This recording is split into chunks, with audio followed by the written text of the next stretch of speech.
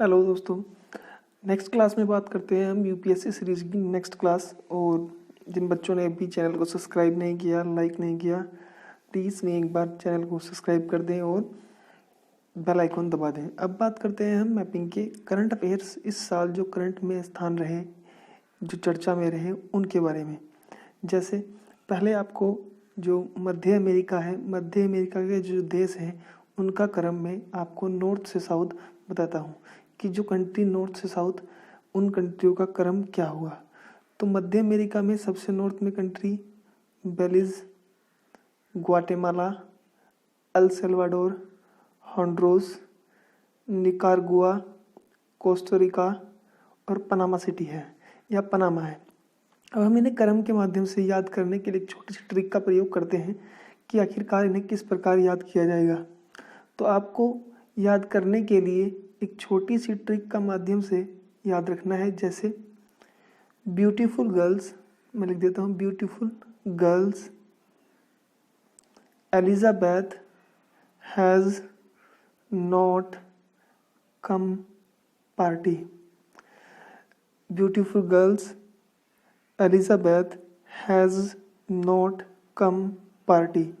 तो बी यानी कि बेलिज, जी यानी गर्ल्स ग्वाटेमाला, एलिजाबेथ यानी कि एल सल्वाडोर, हैज़ यानी कि एच होंडुरास, नॉट मतलब निकारागुआ, सी कोस्टारिका और पी पनामा सिटी।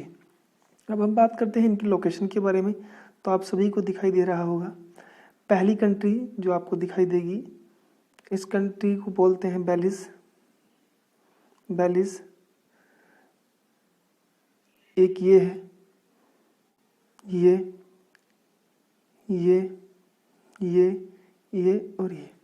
अब इन्हें हम उसी क्रम के हिसाब से नॉर्थ से साउथ याद करेंगे। तो अभी आपको ट्रिक बताई है एक छोटी सी, ब्यूटीफुल गर्ल्स यानी कि पहली country Belize, girls Guatemala, Elizabeth El Salvador, has यानी कि होंडुरास, नॉट कम यानी कि नॉट यानी निकारागुआ, कोस्टारिका और पी यानी कि कम नॉट पार्टी यानी पी मतलब पनामा सिटी। तो इन्हीं कंट्रियों को आपको नॉर्थ से साउथ याद रखना है। अब इनकी अलग लोकेशन अगर आपसे एग्जामिनर पूछता है तो आपको एक छोटी सी कॉमन चीज़ आपको दिखाई दे रही होगी। इनमें आपको दिख रहा होगा जो कंट्री वेस्ट यानी कि पैसिफिक ओशन की ओर सीमा रखती है, उस कंट्री के बारे में बात करते हैं। तो पैसिफिक ओशन के सामने आपको ये कंट्री दिखाई दे रही होगी, इस साइड पैसिफिक ओशन और इस साइड अटलांटिक ओशन है, अटलांटिक ओशन। तो इनमें इन कंट्रियों में दो कंट्रियों को छोड़कर बाकी सभी कंट्री प्रशांत महासागर और अटलांटिक सागर दोनों के साथ सीमा रखती हैं, परंतु दो कंट्री ऐसी हैं जो केवल एक अटलांटिक ओशन और एक पैसिफिक ओशन के साथ सीमा रखती है। जैसे अब हम देखते हैं, पहली कंट्री आपको दिखाई दे रही होगी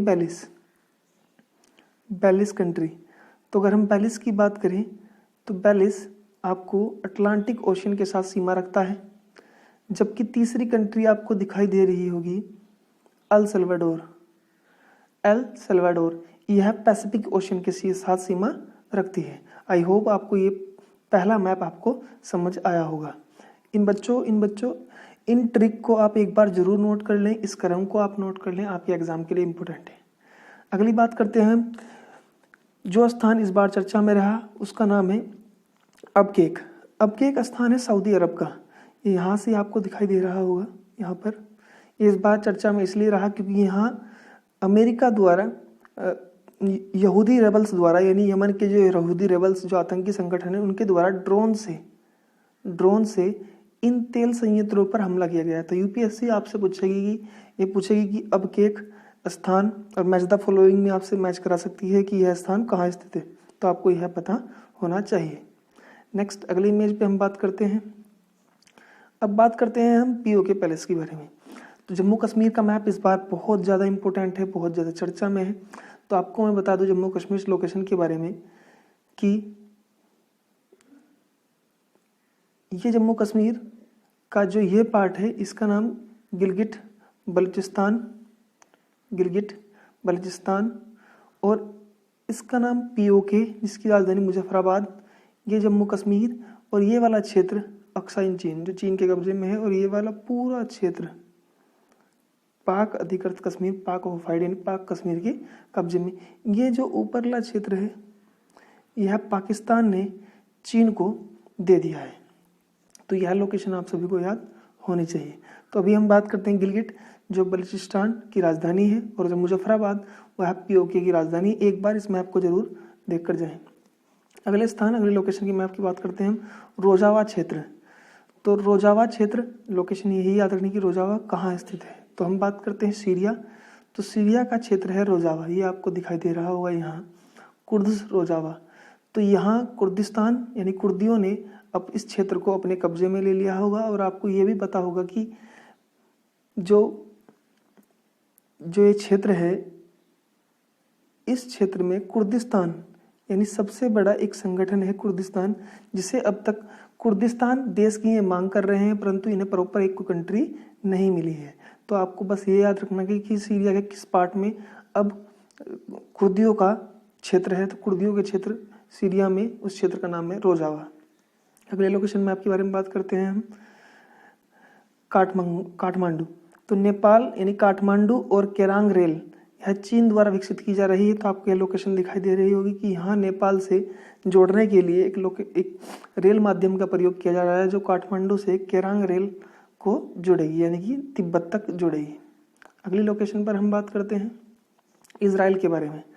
तो इजराइल 1947 में आप सभी को पता होगा 1947 में इजराइल की स्थापना हुई और 1947 में इजराइल ने उसके बाद लगातार किस प्रकार फिलिस्तीन को यहाँ से समाप्त किया है। तो पहले मैप में आप देख सकते हैं कि जहाँ जहाँ ये ग्रीन पार्ट है ये सारा का सारा फिलिस्तीन था, परंतु 1947 के युद्ध के बाद इन क्षेत्रों पर जहाँ ये ग्रीन रह गया यह इन क्षेत्रों पर केवल इन क्षेत्रों पर पैलेस्टाइन थे।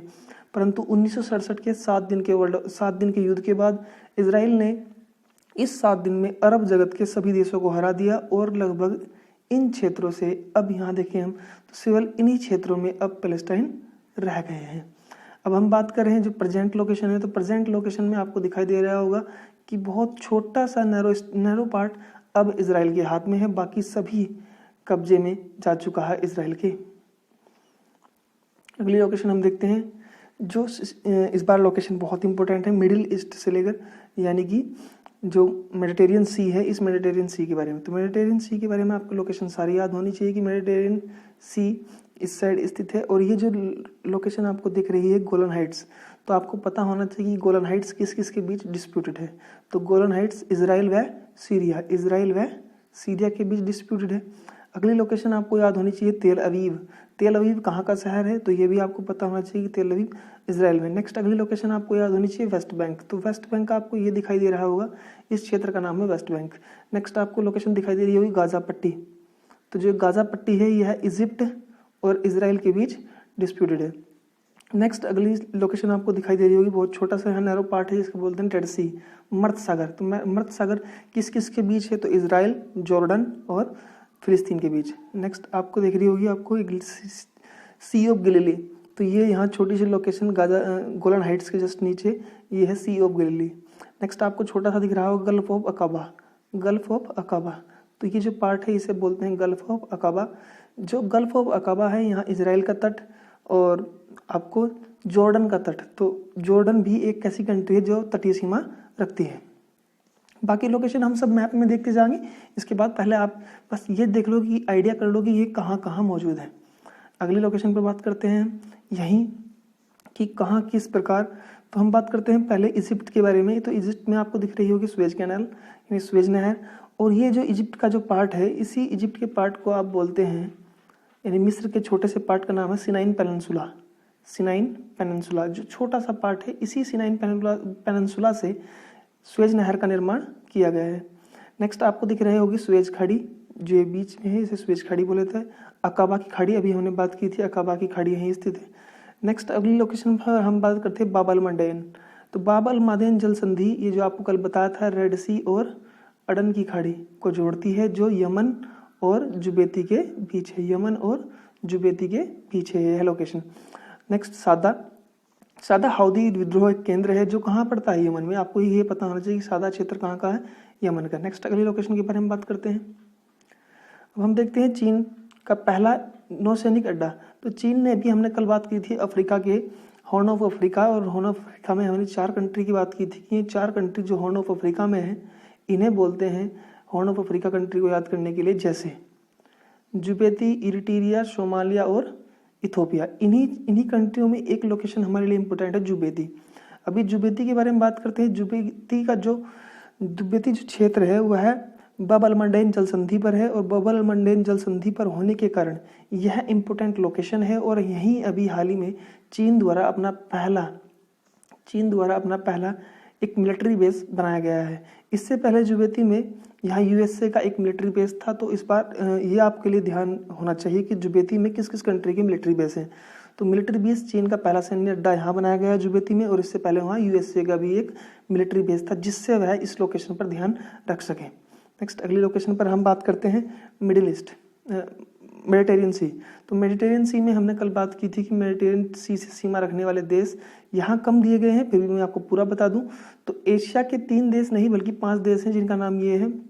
उन्हें याद करने के लिए आपको एक ट्रिक याद रखनी पड़ेगी, सी लिस्ट। यानी कि आपको पहले याद रखना पड़ेगा साइप्रस, लेबनान, इजराइल, सीरिया और तुर्की। ये 5 देश सीमा रखते हैं किससे, एशिया से, यानी कि मेडिटेरियन सी से, एशिया कंट्री। अब अफ्रीकन कंट्री याद करने के लिए मैंने कल आपको बताई थी एक छोटी सी ट्रिक, किसी की याद हो तो metal. Morocco, Egypt, Tunisia, Algeria और लीबिया, ये कंट्री रखती हैं सीमा किससे, मेडिटेरियन सी से। अब हम बात करते हैं यूरोप। तो यूरोप के कौन कौन से देश सीमा रखते हैं, Spain, France, Italy, Greece, Cyprus, Malta और तुर्की एशिया और यूरोप दोनों में है, इसलिए यहाँ इसे लिखा गया है। नेक्स्ट अगले लोकेशन के बारे में बात करते हैं, कैटलोनिया। तो कैटलोनिया पिछले साल और उससे पिछले साल भी चर्चा में रहा, क्योंकि कैटलोनिया में जनमत संग्रह किया गया था स्पेन।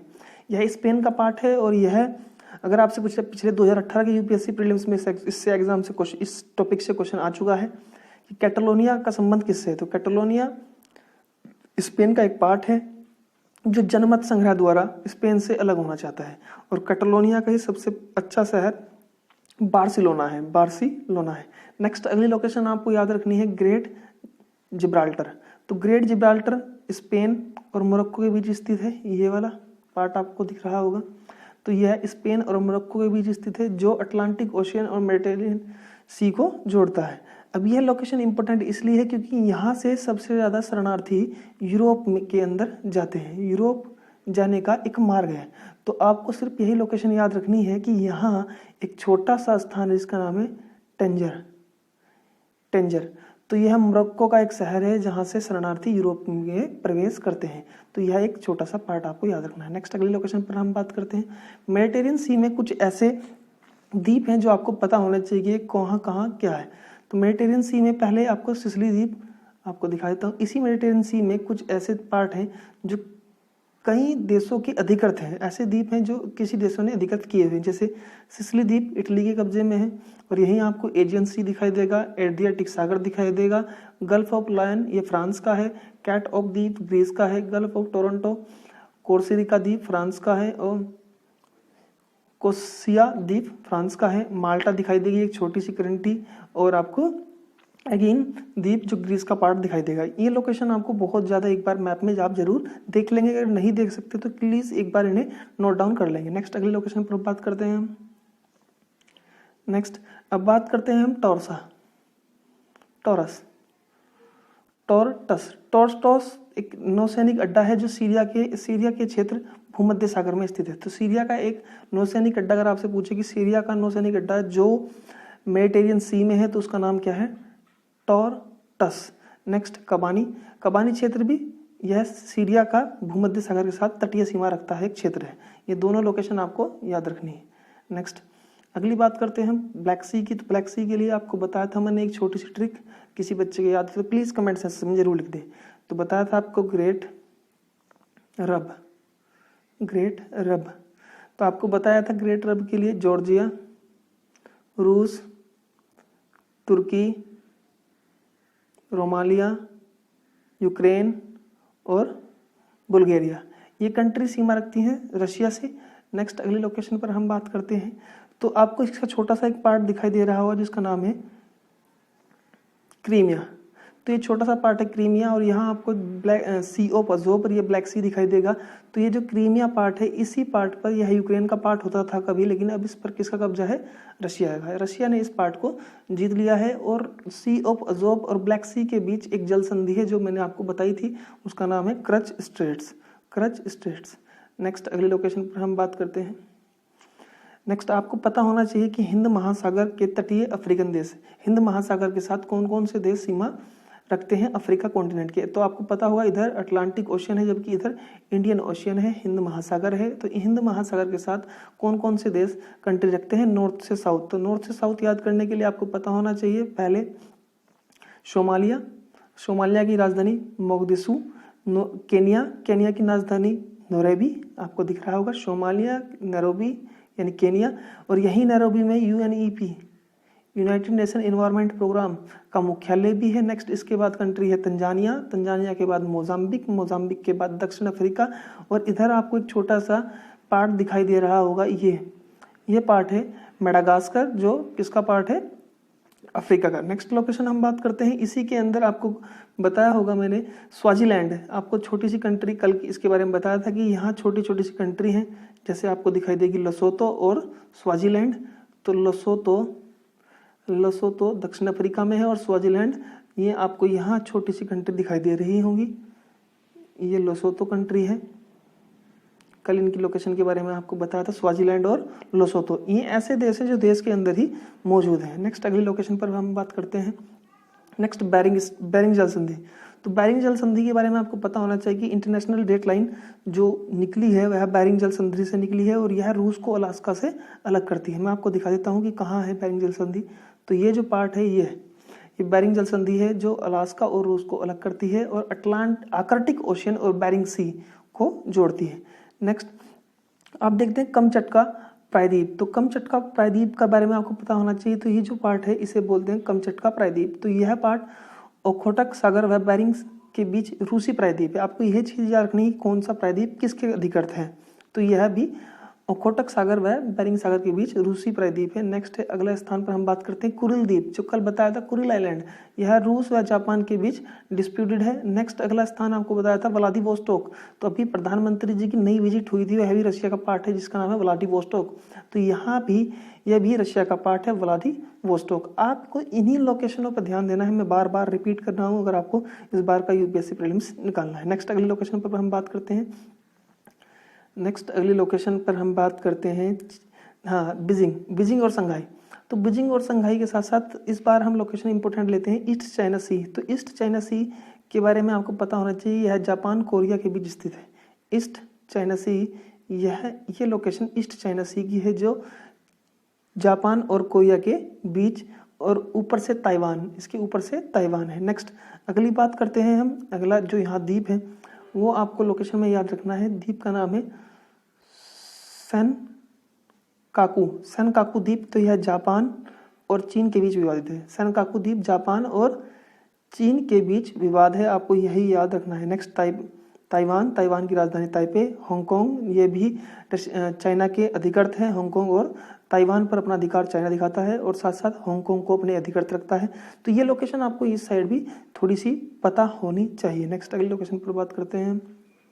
नेक्स्ट लोकेशन है हमारी साउथ चाइना सी। साउथ चाइना सी बहुत पहले से डिस्प्यूटेड एरिया है और यहाँ से लगातार क्वेश्चन पूछे जाते हैं। तो साउथ चाइना सी में आपको पता होना चाहिए कि पहले कौन कौन से देश यहाँ डिस्प्यूटेड क्षेत्र में अधिकृत हैं। तो पहले मैं बात करता हूँ कि साउथ चाइना सी में कौन कौन से आइलैंड हैं। तो पहला है पारासिल आइलैंड। तो पारासिल आइलैंड वियतनाम और चीन के बीच विवादित है।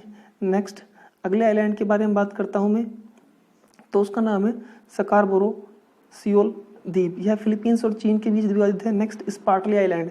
स्पार्टली आइलैंड चीन, फिलीपींस, वियतनाम, मलेशिया व ब्रुनेई के बीच विवादित है।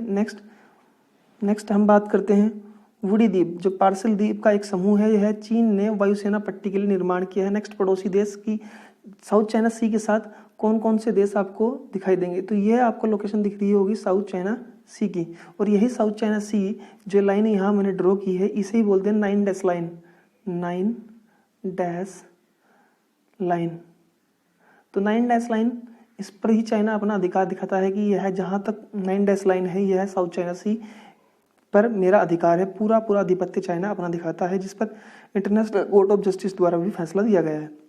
इसके पड़ोसी देश आपको लोकेशन याद रखनी है, चीन, वियतनाम, चीन, वियतनाम, मलेशिया, ब्रुनई और फिलीपींस। ये सभी सीमा रखते हैं किससे? साउथ चाइना सी से। और क्रम आपको याद होना चाहिए, पहले पैरासिल island, Scorpio island, Spratly island, मुंडी, इन्हीं के लोकेशन के हिसाब से आपको इसके बारे में थोड़ा सा आइडिया होना चाहिए कि कौन सा द्वीप किसके साथ विवादित है। एक बार इसे आप जरूर नोट कर लें। नेक्स्ट अगली क्लास पर, अगली स्लाइड पर हम चलते हैं और देखते हैं। तो अगली स्लाइड में कुछ नहीं, बस छोटी सी राजधानियों के बारे में जानकारी दी गई है कि किसकी दक्षिण अमेरिका महाद्वीप में किस देश की कौन कौन सी राजधानी है। तो वेनेजुएला की राजधानी का खास, कोलंबिया, इक्वाडोर, ब्राजील की ब्राजीलिया और पेरू की राजधानी लीमा, ब्रोसलिना, इन इसके बारे में आप एक बार इस लोकेशन को देख लें, इसमें मेरे पढ़ाने के लिए कुछ नहीं है। नेक्स्ट अगली लोकेशन हम याद करते हैं, इसे मैं मैपिंग में आपको दिखाऊंगा पूरा, लेकिन आप यहाँ से नोट डाउन कर सकते हैं कि कहाँ क्या है। अगर हम बात करें बेफोर्ट सी, तो बेफोर्ट सी एक पार्ट है उत्तरी आर्कटिक सागर का। नेक्स्ट बेरिंग की खाड़ी जो कनाडा और ग्रीनलैंड के बीच है। नेक्स्ट बैफिन द्वीप, नेक्स्ट हडसन की खाड़ी जो कनाडा में आपको दिखाई देगी। नेक्स्ट डेविस जल संधि जो ग्रीनलैंड और कनाडा के बीच स्थित है। अलास्का की खाड़ी, बेरिंग सागर, बेरिंग जल संधि अभी यूएसए, और आपको चुक्की सी के बारे में बताया था जहाँ से आपकी लोकेशन बनती है इंटरनेशनल डेट लाइन की। नेक्स्ट सेंट लॉरेंस खाड़ी, सेंट लॉरेंस द्वीप और रियो ग्रांडे नदी। और नेक्स्ट न्यू फाउलैंड द्वीप, जवार भाटों के लिए न्यू फाउलैंड द्वीप आपको पता होगा, विश्व के सबसे ऊंचे जवार भाटे यहीं आते हैं। नेक्स्ट अगली लोकेशन पर हम बात करते हैं। नेक्स्ट है आपको ये कुछ झीलें हैं जो नॉर्थ साउथ कनाडा की झीलें आपको दिखाई गई हैं। नहीं, नॉर्थ से साउथ आपको पता होनी चाहिए। तो कनाडा में जो महत्वपूर्ण झीलें हैं उनका नॉर्थ से साउथ क्रम आपको दिखाई देगा। Great Bear, Great Slave, Athabasca, Winnipeg, Ottawa, Vancouver, तो ये झीलों का क्रम है। नेक्स्ट हम बात करते हैं अमेरिका यूएसए की कुछ महत्वपूर्ण झीलों के बारे में, जैसे Superior, Michigan, Huron, Erie, Ontario, ये भी नॉर्थ से साउथ है। तो इन्हें एक बार नॉर्थ से साउथ आप अरेंज करें। सभी के माध्यम से आपको मेरे द्वारा नॉर्थ से साउथ, साउथ से नॉर्थ, ईस्ट से वेस्ट, यही यूपीएससी की डिमांड है। यूपीएससी का सीधा सा तरीका यही है कि आप सिर्फ उन्हीं चीज़ों को कैच करें जो आज तक एग्जामिनर ने पूछी है। यूपीएससी इन्हीं चीज़ों से, माइंड से खेलता है आपकी, और कुछ नहीं। बस आप इन्हीं पर थोड़ा ध्यान दें और इस बार आपका ज्योग्राफी या मैपिंग पोर्शन से कोई भी क्वेश्चन नहीं बचेगा अगर आप मेरी मैपिंग सीरीज के सभी क्वेश्चन देखते हैं। Thank you. प्लीज़ अगर आपको यह वीडियो अच्छी लगी हो तो लाइक करें, शेयर करें और ज़्यादा से ज़्यादा इसे शेयर करें। Thank you.